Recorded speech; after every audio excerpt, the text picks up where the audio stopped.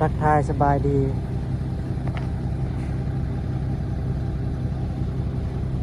มาพอกันอยู่หน้างานที่เก่า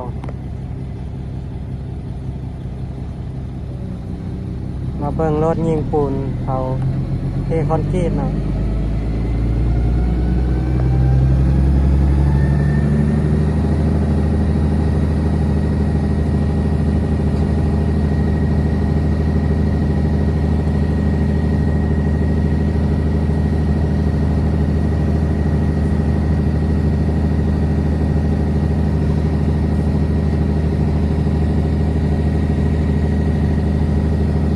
รถรุ่นใหญ่เลย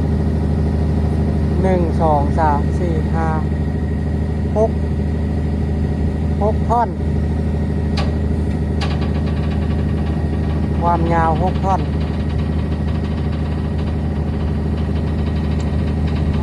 ยืดออกไป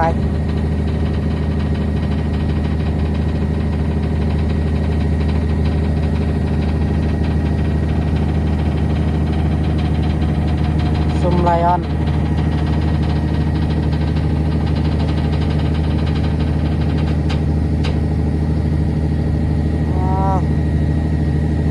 ยาวอันลาด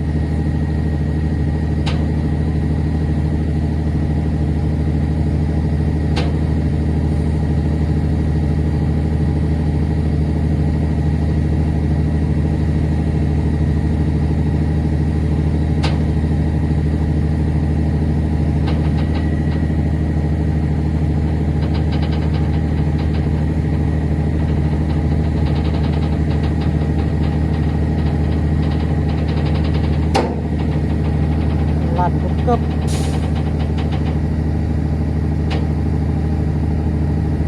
เสียวเด้ทุกคนเลยเดี๋ยวเบิ่งแค่นเทศห้องตีนนะแค่นน้อยๆนี่โอ้แต่เสียวได้เนาะก้อยก็เข้ามาลงเล็ก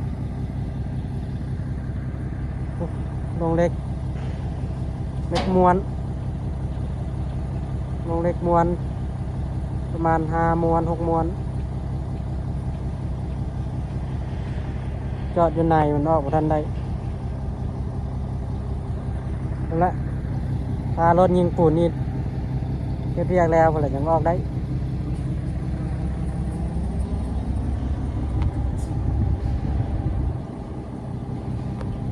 ออกทันได้เนี่ย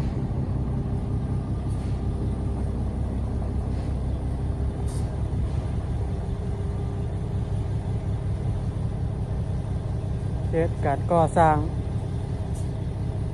พัฒนาไปใช้บ่มีการแล้ว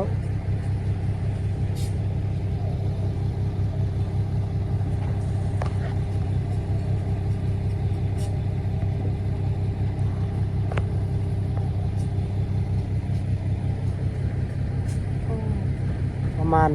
30-40 เมตร50 เมตรแหละเนาะความยาว6 ท่อน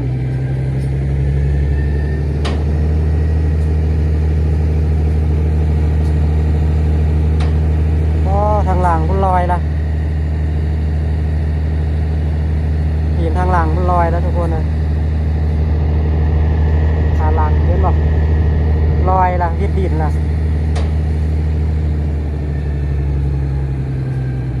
เสียวแท้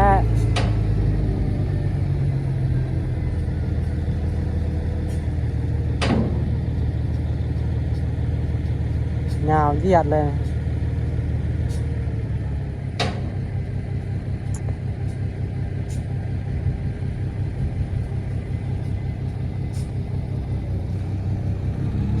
เสียวไส้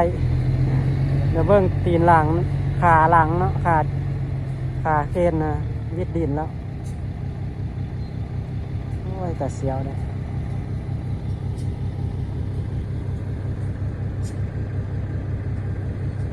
รถ22 ล้อรถทรงเล็กทางกับพอดีลมรถดีแต่ยังตั้งรถได้ใครก็ได้หรือว่าเทพื้น พื้นเบิดแหละทางในมันเป็นอ่างน้ำเลยเอาปูนนั่นปูนแล้วๆอะครับมีแต่ปูนกับทรายบ่มีหินเทปูพื้นเทบางๆจักเขาเฮ็ดระบบใดจีนมันเฮ็ดจักมันเฮ็ดระบบใดมั้งมีแต่ทรายกับปูนเท่านั้น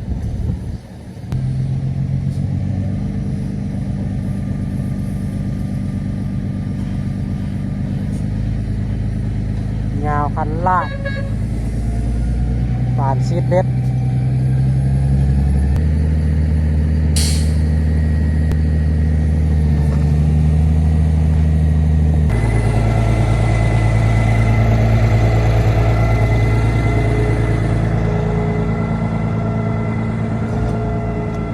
ลอยแล้ว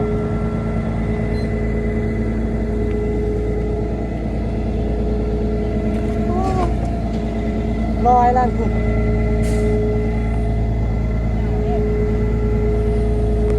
ออกไปไก่พอแล้ว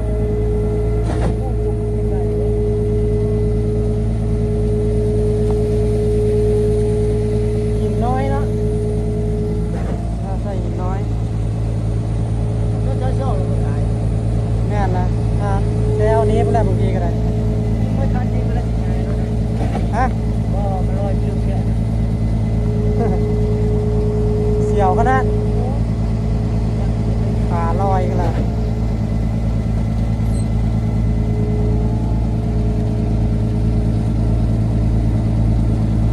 หินน้อยเนาะ